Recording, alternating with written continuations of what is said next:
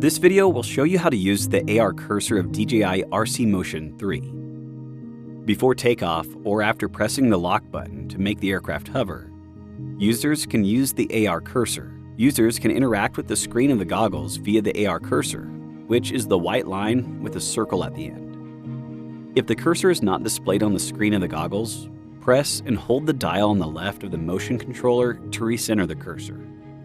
If the cursor still cannot be found, tilt the motion controller up or down until the cursor appears on the screen.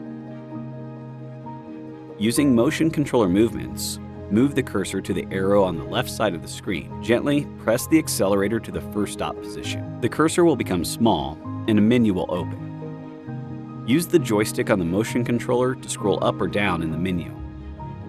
To exit or return to the previous menu, push the accelerator forward, or gently press the accelerator when the cursor is on any empty spot on the screen.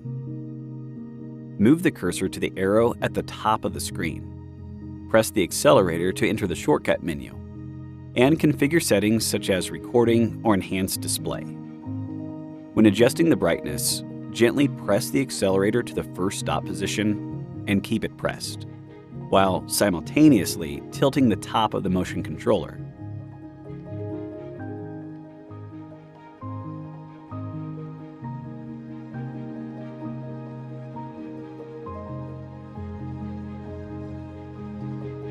Move the cursor to the arrow at the bottom of the screen and press the accelerator to enter camera settings. You can switch between photo and video mode and configure the parameters of the aircraft camera. Thank you for watching.